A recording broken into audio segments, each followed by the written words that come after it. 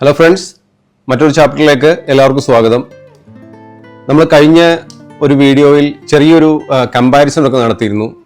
പ്രവാസിയായ ഞാൻ ഇവിടെ കണ്ട കുറേ കാഴ്ചകളും അത്തരം കാഴ്ചകൾ എന്തുകൊണ്ട് നാട്ടിൽ കാണുന്നില്ല എന്നുള്ള എൻ്റെ കുറച്ച് വ്യാകുലതകളും പരാതികളും ഒക്കെയാണ് ഞാൻ ആ വീഡിയോയിൽ ഷെയർ ചെയ്തത്. കുറച്ച് ആൾക്കാരൊക്കെ കണ്ടു ആ വീഡിയോ. അഭിപ്രായങ്ങളൊക്കെ അറിയിക്കാനുണ്ടെങ്കിൽ അറിയിക്കുക. അറിഞ്ഞു കഴിഞ്ഞാൽ സന്തോഷമാണ്. നമ്മൾ കഴിഞ്ഞ വീഡിയോയിൽ സംസാരിച്ചത് ഇവിടെ ദുബായിലെ ഒരു പാർക്കിംഗ് സിസ്റ്റമും പാർക്കിംഗ് സൗകര്യങ്ങളും നമ്മുടെ നാട്ടിൽ അതൊന്നും കാണുന്നില്ല, നമ്മുടെ നാട്ടിൽ എന്തുകൊണ്ടാണെന്ന് ഇംപ്ലിമെൻറ്റ് ചെയ്യുന്നില്ല എന്നുള്ള കുറച്ച് ചോദ്യങ്ങളും എൻ്റെ കുറച്ച് പരാതികളൊക്കെയാണ് ഞാൻ കഴിഞ്ഞ വീഡിയോയിൽ നിങ്ങളുമായിട്ട് ഡിസ്കസ് ചെയ്തത്. ഈ എപ്പിസോഡിൽ ഞാൻ നിങ്ങളോട് സംസാരിക്കാൻ ആഗ്രഹിക്കുന്നത് ഇവിടുത്തെ ഒരു ഡ്രൈവിംഗ് കൾച്ചറിനെ പറ്റിയിട്ടും ഇവിടെ ഡ്രൈവിംഗ് പഠിപ്പിക്കുന്ന രീതിയെ പറ്റിയിട്ടും നമ്മുടെ നാട്ടിൽ എങ്ങനെയാണെന്നും നാട്ടിൽ എന്തുകൊണ്ട് മാറുന്നില്ല എന്നുള്ളതും നാട്ടിൽ എന്താണ് പുതിയ പുതിയ മാറ്റങ്ങളെ ജനങ്ങൾ ആക്സെപ്റ്റ് ചെയ്യാൻ മടി കാണിക്കുന്നതെന്നും ഉള്ള എൻ്റെ കുറച്ച് ചിന്തകളാണ്. നിങ്ങൾ തീർച്ചയായിട്ടും വീഡിയോ കാണുക, അഭിപ്രായങ്ങൾ അറിയിക്കുക. നമ്മൾ ഇത്തരം കാര്യങ്ങൾ തീർച്ചയായിട്ടും ചർച്ച ചെയ്യണം. ചർച്ച ചെയ്തെങ്കിൽ മാത്രമേ അതിനകത്ത് നല്ല ആശയങ്ങൾ വരുള്ളൂ. Welcome to Life chapters.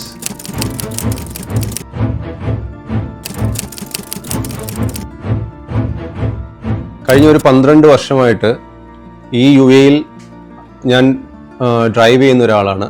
എനിക്ക് ലൈസൻസ് കിട്ടിയിട്ട് 12 വർഷത്തിൽ കൂടുതലായി. ഞാൻ UAE മാത്രമല്ല വേറെ GCC കൺട്രീസിലൊക്കെ വണ്ടി ഓടിച്ചിട്ടുണ്ട്.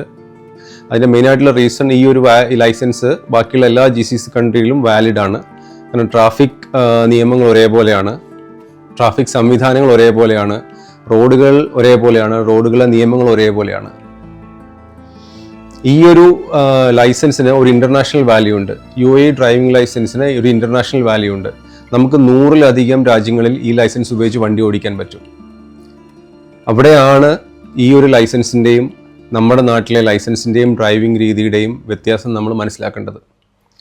ഞാൻ വളരെ ചുരുക്കി കുറച്ച് വാക്കുകളിൽ ഞാൻ നിങ്ങളോട് ഇവിടുത്തെ ഒരു ഡ്രൈവിംഗ് ടെസ്റ്റ് രീതിയും അല്ലെങ്കിൽ ഡ്രൈവിംഗ് നമ്മളെ പഠിപ്പിക്കുന്ന രീതിയും ഒക്കെ എങ്ങനെയാണെന്ന് ചെറുതായിട്ടൊന്ന് വിവരിച്ചു തരാം. ഡ്രൈവിംഗ് നമ്മൾ ആദ്യം പഠിക്കാൻ പോകുമ്പോൾ ഇവിടെ നമ്മുടെ നാട്ടിലുള്ളത് കണക്കെ ഒരു 10, 15, 20 ഒന്നും ഡ്രൈവിംഗ് സ്കൂളുകളൊന്നുമില്ല.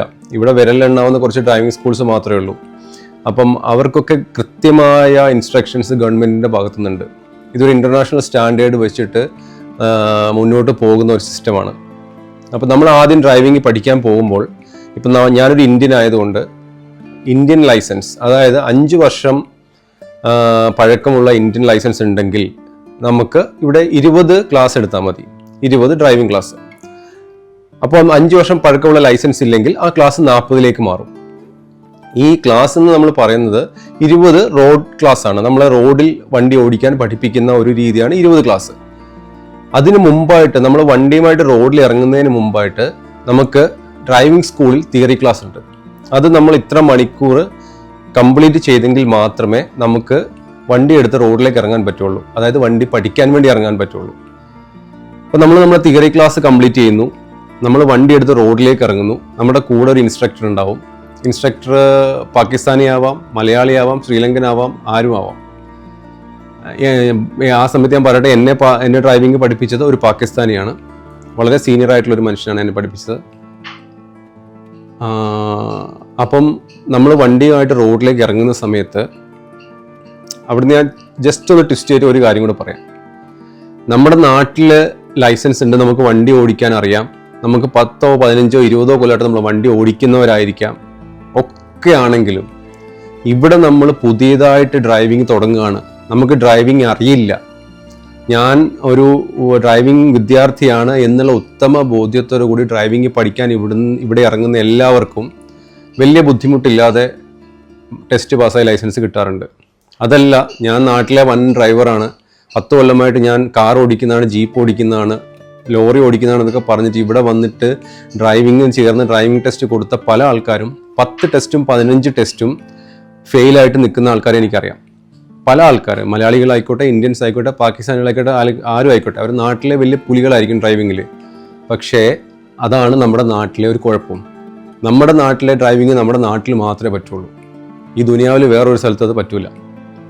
അപ്പോൾ ഞാൻ പറഞ്ഞു വന്നത്, നമ്മൾ 20 ക്ലാസ് ആണെങ്കിൽ 20 ക്ലാസ്, 40 ക്ലാസ് ആണെങ്കിൽ 40 ക്ലാസ് നമ്മളത് റോഡിൽ വണ്ടി പഠിപ്പിക്കുന്നു. അതായത് നമുക്ക് ഒരു ദിവസം അരമണിക്കൂറാണ് ക്ലാസ്, നമുക്ക് വേണമെങ്കിൽ 2 ക്ലാസ് വെച്ച് എടുക്കാം, 1 മണിക്കൂറൊക്കെ എടുക്കാം.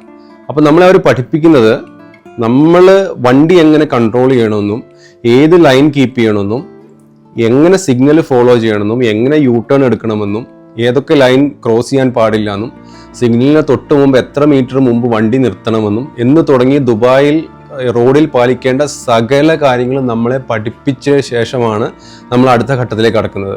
അതായത് 20 അല്ലെങ്കിൽ 40 ദിവസം കൊണ്ട് നമ്മൾ മൊത്തത്തിൽ ഇവിടുത്തെ റൂൾസ് ആൻഡ് റെഗുലേഷൻസ് പഠിക്കും. കാരണം അത് ഓടിച്ചാണ് നമ്മൾ പഠിക്കുന്നത്.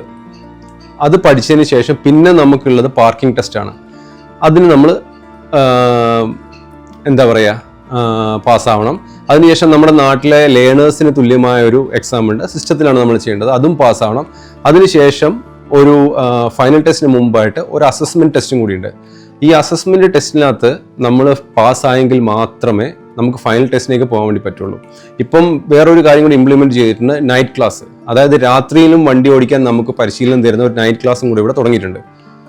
അപ്പോൾ ഇത്രയും പ്രോസസ്സൊക്കെ നമ്മൾ കംപ്ലീറ്റ് ചെയ്തതിന് ശേഷം മാത്രമാണ് നമുക്ക് ഫൈനൽ ടെസ്റ്റിലേക്ക് എത്തുക. നമ്മൾ ഫൈനൽ ടെസ്റ്റിന് ചെല്ലുമ്പോൾ നമ്മുടെ കൂടെ RTA ഒരു മുതിർന്ന പോലീസ് ഉദ്യോഗസ്ഥനാണ് ഉണ്ടാവുക. ഡ്രൈവിംഗ് സ്കൂളിൽ ആരും ഉണ്ടാവില്ല. നമ്മളൊരു 3 ഡ്രൈവിംഗ് പഠിച്ച ആൾക്കാരും ഈ RTA ഉദ്യോഗസ്ഥനും ഉണ്ടാവും. അപ്പം ആ RTA ഉദ്യോഗസ്ഥൻ നോക്കുക, ഈ ഇരിക്കുന്ന ആൾക്ക് വണ്ടിയിൽ എത്രത്തോളം കൺട്രോൾ ഉണ്ട്, എത്രത്തോളം നിയമങ്ങൾ അറിയാം, ഈ റോഡിൽ എത്ര സ്പീഡാണെന്ന് അറിയാം, ഒരു T ജംഗ്ഷനിൽ എത്തുമ്പോൾ വണ്ടി എങ്ങനെ സ്റ്റോപ്പ് ചെയ്യണം, റൈറ്റ് ആൻഡ് ലെഫ്റ്റ് എടുക്കുന്ന സമയത്ത് എങ്ങനെ നോക്കണം, ഏതൊക്കെ മിററിൽ നോക്കണം, ഇതെല്ലാം പുള്ളി ടെസ്റ്റ് ചെയ്യും. നമ്മളടുത്ത് ഒന്നും പറയണമെന്നൊന്നുമില്ല, പുള്ളി ഇങ്ങനെ നമ്മളോട് അങ്ങനെ ചെയ്യും ഇങ്ങനെ ചെയ്യുന്നൊക്കെ പറഞ്ഞിരിക്കും. അത്രയും ഹാർഡായിട്ടുള്ള ഒരു ടെസ്റ്റാണ് നമ്മളെ കൊണ്ട് ഒരു 10-15 മിനിറ്റ് ചെയ്യിക്കുന്നത്. അത് പഠിച്ചങ്ങോട്ട് ഇറങ്ങി പിന്നെ ഒരു 10 മിനിറ്റ് കാത്തിരിപ്പാണ്. അന്നേരം ഫെയിലായോ പാസ്സായോ എന്നൊന്നും നമുക്കറിയില്ല. പിന്നെ നമ്മൾ നേരെ ഓഫീസിൽ പോയിരിക്കുന്നു. അവിടെ നിന്നാണ് നമ്മുടെ അടുത്ത് പറയുന്നത് നിങ്ങൾ പാസ്സായി അല്ലെങ്കിൽ നിങ്ങൾ ഫെയിലായി, അങ്ങനെ. അപ്പം ഇതൊരു വലിയ കടമ്പയാണ്. ഇതൊരു വലിയ കടമ്പയെന്ന് വെച്ച് കഴിഞ്ഞാൽ ഒരു പരീക്ഷയൊക്കെ എഴുതി പാസ്സായ ഒരു സുഖമാണ് നമ്മൾ ടെസ്റ്റ് പാസ്സായി ലൈസൻസ് കയ്യിൽ കിട്ടുമ്പോൾ. അതിനുശേഷമാണ് നമ്മൾ ഡ്രൈവിംഗ് എൻജോയ് ചെയ്യാൻ തുടങ്ങും. അപ്പോൾ നമ്മൾ മനസ്സിലാക്കും ഇതാണ് ഡ്രൈവിംഗ്, ഇങ്ങനെയാണ് ഡ്രൈവ് ചെയ്യേണ്ടത്, എങ്ങനെ പരസ്പരം റെസ്പെക്ട് ചെയ്തിട്ട് വണ്ടി റോഡിൽ ഓടിക്കണം എന്നൊക്കെ നമ്മൾ പഠിച്ചു തുടങ്ങുന്നത് ഇവിടൊക്കെ വണ്ടി ഓടിക്കുമ്പോഴാണ്. അപ്പം ആ ഒരു കാര്യം അവിടെ നിൽക്കട്ടെ. ഇനി നമുക്ക് നാട്ടിലേക്ക് വരാം. നമ്മുടെ നാട്ടിൽ റീസെൻ്റ് ആയിട്ട് കുറച്ച് പ്രശ്നങ്ങളൊക്കെ ഉണ്ടായി. അതായത് നമ്മുടെ നാട്ടിൽ കുറച്ച് ഡ്രൈവിംഗ് പരിഷ്കാരങ്ങളൊക്കെ മന്ത്രി ഗണേഷ് കുമാർ വന്നതിന് ശേഷം പ്രഖ്യാപിച്ചു. അതിനെതിരായിട്ട് നാട്ടിൽ എന്തൊക്കെ സമരങ്ങളാണ് നടന്നത്. ഈ എന്താ പറയുക, ഫീസ് കൂട്ടാൻ പോകുന്നു, അത് ചെയ്യാൻ പോകുന്നു, ഇത് ചെയ്യാൻ പോകുന്നു എന്നൊക്കെ പറഞ്ഞിട്ട് നിങ്ങൾക്കൊക്കെ എപ്പോഴും ഈ പഴയ ഈ തുച്ഛമായ ഫീസും കൊടുത്ത് ഈ ലോകത്തിലെ ഏറ്റവും പഴക്കം ചെന്ന ഡ്രൈവിംഗ് സിസ്റ്റമാണോ പഠിച്ചിട്ട് നിങ്ങൾക്ക് പുറത്തേക്ക് വരേണ്ടത്? നമ്മുടെ നാടും വികസിച്ചുകൊണ്ടിരിക്കുകയാണ്. നമ്മുടെ നാട്ടിൽ 6 വരിപ്പാത വന്നു. ഇനി നാളെ അത് പല റൂട്ടിലും വന്നേക്കാം. ഇവിടെയൊക്കെ വണ്ടി ഓടിക്കണമെന്നുണ്ടെങ്കിൽ നമ്മൾ ഇപ്പോഴെങ്കിലും മാറണം. ഇല്ലെങ്കിൽ നമ്മൾ ഒരിക്കലും നല്ലൊരു ഡ്രൈവറായിട്ട് നമുക്ക് സുരക്ഷിതമായിട്ട് വണ്ടി ഓടിക്കാൻ പറ്റില്ല. മറ്റുള്ളവർക്ക് അപകടം ഉണ്ടാക്കി വെക്കുകയും ചെയ്യും. നമ്മൾ ഡ്രൈവിംഗ് സ്കൂളുകാരൊക്കെ പ്രശ്നം ഉണ്ടാക്കി. എന്തിനാണ് പ്രശ്നം ഉണ്ടാക്കുന്നത്? പുതിയ മാറ്റങ്ങളെ ആദ്യം കുറച്ച് ബുദ്ധിമുട്ടുണ്ടാവും, സ്വീകരിച്ച് നല്ലത് ജനങ്ങൾക്ക് കൊടുക്കണം. നിങ്ങൾ എന്തിനാണ് എല്ലാത്തിനും സമരം ചെയ്യുന്നത്? നാണക്കേടാണ് ഇങ്ങനത്തെ കാര്യങ്ങളൊക്കെ കേൾക്കുന്ന സമയത്ത്. ലോകം ഒരുപാട് മുമ്പോട്ട് പോയി. നമ്മൾ ഇത്രയും വിദ്യാഭ്യാസം ഉണ്ടായിട്ട് എന്തിനാണ് പുതിയ കാര്യങ്ങൾ നമ്മൾ എതിർക്കാൻ നിൽക്കുന്നത്? ഭയങ്കര കൂടുതലാണ്, അതാണ് ഇതാണ്. നിങ്ങൾ എന്തെല്ലാം കാര്യങ്ങൾക്ക് പൈസ കളയുന്നു? എത്രയോ പൈസ നിങ്ങൾ കള്ളുപിടിച്ച് കളയുന്നു. അതിനൊന്നും ഒരു പ്രശ്നമില്ല. എന്ത് മര്യാദയ്ക്കാണ് ക്യൂ നിന്നിട്ട് സാധനങ്ങളൊക്കെ മേടിക്കുന്നത്? അപ്പൊ ഇങ്ങനത്തെ പുതിയ കാര്യങ്ങൾ നിങ്ങൾ അഡാപ്റ്റ് ചെയ്തേ പറ്റുള്ളൂ. നിങ്ങൾ പുതിയ ഡ്രൈവിംഗ് രീതികൾ പഠിക്കണം. ഇപ്പൊ എൻ്റെ അഭിപ്രായത്തിൽ 6 വരിപ്പാത വന്നു കഴിഞ്ഞാൽ ഡ്രൈവിംഗ് ഏറ്റവും ഡിഫിക്കൽട്ട് ആകാൻ പോകുന്ന ഒരു സംസ്ഥാനം കേരളമാണ്. കാരണം കേരളത്തിലെ ആൾക്കാർക്ക് ഈ 4 വരിപ്പാതയിലൂടെ അല്ലെ 6 വരിപ്പാതയിലൂടെ വണ്ടി ഓടിക്കാനുള്ള പരിശീലനം ഇല്ല. അറിയില്ല എങ്ങനെ ഓടിക്കണമെന്ന്. ലൈൻ കീപ്പ് ചെയ്ത് എങ്ങനെ വണ്ടി ഓടിക്കണം എന്ന് അറിയില്ല. സിഗ്നൽ ഇട്ടിട്ട് എങ്ങനെ ലെഫ്റ്റും റൈറ്റും എടുക്കണം എന്ന് അറിയില്ല. എങ്ങനെ യൂട്ടേൺ എടുക്കണം എന്ന് അറിയില്ല. എത്രയോ ആൾക്കാർക്ക് ഇനി അപകടം സംഭവിക്കാൻ പോകുന്നു.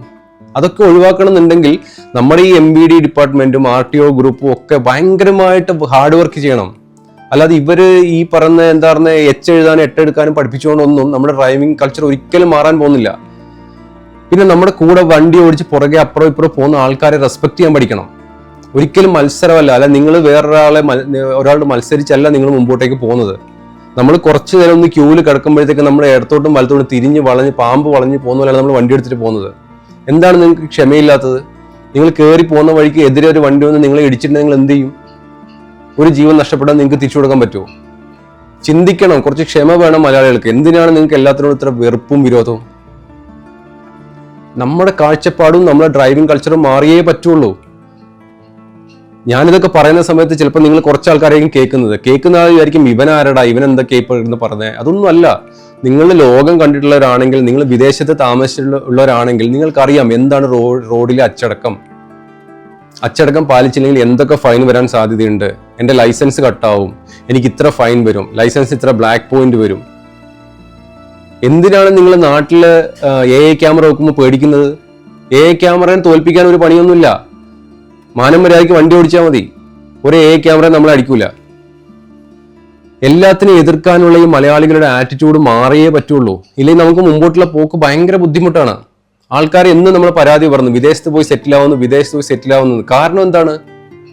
വിദേശത്ത് നമുക്ക് ഈ പരസ്പരം ചെളിവാരി അറിയാനും അയൽപക്കത്തെ ആൾ എന്താണ് ചെയ്യുന്നത് നോക്കാനും സമയമില്ല. അവനവന്റെ കാര്യം നോക്കി അന്തസ്സായിട്ട് ജീവിക്കുന്നു. ഗവൺമെന്റ് എല്ലാ സൗകര്യങ്ങളും കൊടുക്കുന്നു. നമ്മുടെ നാട്ടിൽ അങ്ങനെയാണോ? ഒരു പാർട്ടി ഭരിക്കുമ്പം ഒരു നിയമം കൊണ്ടുവരും, അടുത്ത പാർട്ടി ഭരിക്കുമ്പം അവർ വേറെ ഒന്ന് മാറ്റും. എന്ന് നന്നാവാനാണ് ഈ നാട്?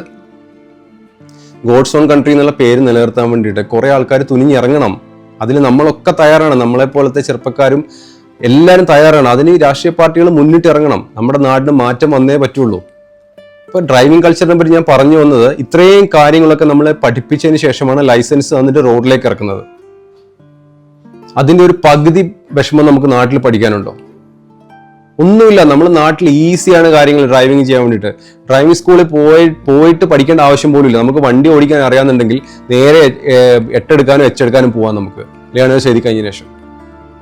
ഈ പറഞ്ഞ ഞാൻ ഉൾപ്പെടെ നാട്ടിൽ നിന്നാണ് ലൈസൻസ് എടുത്തത്. ഇവിടെ വന്ന് ലൈസൻസ് പഠിച്ചെടുത്ത സമയത്താണ് ഇതിന്റെ ഒരു വാല്യൂ നമുക്ക് മനസ്സിലാവുന്നത്. ഇങ്ങനെയാണ് വണ്ടി ഓടിക്കേണ്ടത്. ഞാൻ ലൈസൻസ് എടുക്കുന്നതിന് മുമ്പ് ചെയ്ത ഒരു കാര്യം എന്താണെന്ന് വെച്ചാൽ, എനിക്ക് നാട്ടിലെ ഡ്രൈവിംഗ് അറിയേയില്ല എന്നുള്ള രീതിയിൽ ഞാൻ ആദ്യമായിട്ടാണ് വണ്ടി ഓടിക്കാൻ പോകുന്നത് എന്നുള്ളൊരു മനോഭാവത്തിലാണ് ഞാൻ ഡ്രൈവിംഗ് പഠിക്കാൻ പോയത്. അതുകൊണ്ട് തന്നെ എനിക്ക് പെട്ടെന്ന് കാര്യങ്ങൾ പഠിച്ചെടുക്കാനും പറ്റി. തീർച്ചയായിട്ടും നമ്മളെപ്പോലുള്ള കുറേ ആൾക്കാർ മാറണം. നമ്മൾ മലയാളികൾ മാറണം. പുതിയ മാറ്റങ്ങളെ നമ്മൾ അംഗീകരിക്കണം. മാറ്റങ്ങൾ കൊണ്ടുവരുന്നത് തീർച്ചയായിട്ടും അത് പഠിച്ച് നമ്മുടെ നാട്ടിൽ അത് ഇംപ്ലിമെന്റ് ചെയ്യാൻ പറ്റുമെന്നുള്ള ആത്മവിശ്വാസത്തോട് കൂടി ആയിരിക്കുമല്ലോ പല ഗവൺമെന്റ് ഒഫീഷ്യൽസ് ഇത് ഇൻട്രൊഡ്യൂസ് ചെയ്യുന്നത്. അപ്പൊ അതിനെപ്പറ്റി ജനങ്ങളെ ബോധവൽക്കരിക്കാത്ത കൊണ്ടാണെന്ന് തോന്നുന്നു ഈ പല എതിർപ്പുകളും വരുന്നത്. അത് ഞാൻ കഴിഞ്ഞ വീഡിയോയിൽ ഞാൻ പറഞ്ഞായിരുന്നു. നമ്മളെ കൺവിൻസ് ചെയ്യാൻ ഗവൺമെന്റിന് പറ്റാത്തത് കൊണ്ടാണ് എല്ലാ കാര്യത്തിലും എതിർപ്പ് വരുന്നത്. പിന്നെ നിയമങ്ങളോടുള്ള ഒരു പുച്ഛ മനോഭാവം. റോഡിൽ എന്ത് കാണിച്ചാലും കുഴപ്പമില്ല. ഇപ്പോഴും നാട്ടിൽ കൈയിട്ട് പുറത്ത് വീശിയിട്ടാണ് ഓട്ടോക്കാരും ബാക്കി എല്ലാവരും സിഗ്നൽ പാസ് ചെയ്യുന്നത്. ചില ആൾക്കാർ വണ്ടിക്ക് ജനലിനകത്ത് വിൻഡോയിൽ കൂടെ കൈ പുറത്തിട്ടിട്ട് കാണിക്കാൻ പാടില്ലാത്ത ആംഗ്യം വരെ കാണിക്കും. അതാണ് ആറ്റിറ്റ്യൂഡ്. മറ്റുള്ളവരോടുള്ള ഒരു പുച്ഛം, റെസ്പെക്ട് ഇല്ലായ്മ. ഇതൊക്കെ മലയാളികളെ നാണം കെടുത്തുന്ന ഘടകങ്ങളാണ്. ഞാനൊരു മലയാളിയാണ്, മനസ്സിലായില്ലേ? ഞാൻ ഇവിടെ വന്ന് ഇത്രയും കാലം ജീവിച്ചതിന് ശേഷമാണ് എൻ്റെ ഈ കാഴ്ചപ്പാടൊക്കെ മാറിയത്. ഞാൻ നാട്ടിൽ ചെന്ന് കഴിഞ്ഞാൽ ഞാൻ ഇവിടെ പഠിച്ച കാര്യങ്ങൾ എനിക്ക് നാട്ടിൽ പെരുമാറാൻ പറ്റുള്ളൂ. എനിക്ക് മലയാളിയുടെ ഒരു ആറ്റിറ്റ്യൂഡിലേക്ക് എനിക്ക് മാറാൻ താല്പര്യമില്ല. അങ്ങനെ നമ്മളിത് സ്ലോലി മാറ്റിയെടുക്കണം. നമ്മൾ മാറേണ്ട സമയം കഴിഞ്ഞു. നമ്മൾ ലോകത്തിന്റെ മുമ്പിൽ ഒരു മാതൃകയായിട്ട് നിൽക്കേണ്ട ഒരു സംസ്ഥാനമാണ്. എല്ലാത്തിനും കഴിവുള്ള, എല്ലാം കൊണ്ട് അനുഗ്രഹിക്കപ്പെട്ട ഒരു സംസ്ഥാനമാണ് നമ്മൾ. ഞാൻ ഈ പറഞ്ഞ കുറച്ച് കാര്യങ്ങൾ നിങ്ങൾക്ക് മനസ്സിലായിട്ടുണ്ടെങ്കിൽ നിങ്ങൾ നിങ്ങളുടെ അഭിപ്രായങ്ങളൊക്കെ അറിയിക്കുക. തെറ്റുകൾ പറഞ്ഞിട്ടുണ്ടെങ്കിൽ തിരുത്തി തരിക. നമുക്ക് വീണ്ടും വേറൊരു വിഷയമായിട്ട്, ഇവിടെ ഞാൻ കണ്ട വേറെയും കുറേ കാഴ്ചകളുണ്ട്. അതൊക്കെ നാട്ടിൽ നടപ്പിലാക്കാൻ പറ്റുന്ന കുറേ കാര്യങ്ങളാണ് ഞാൻ ഷെയർ ചെയ്യാം. തീർച്ചയായിട്ടും ഇതൊക്കെ എൻ്റെ അഭിപ്രായങ്ങളാണ്. ഞാൻ കണ്ട കാര്യങ്ങൾ അവിടെ കാണാതിരിക്കുന്നത് കൊണ്ടുള്ള വേദനയാണ് ഞാൻ ഷെയർ ചെയ്യുന്നത്. തീർച്ചയായിട്ടും അഭിപ്രായങ്ങൾ അറിയിക്കുക. See you in the next video. Goodbye.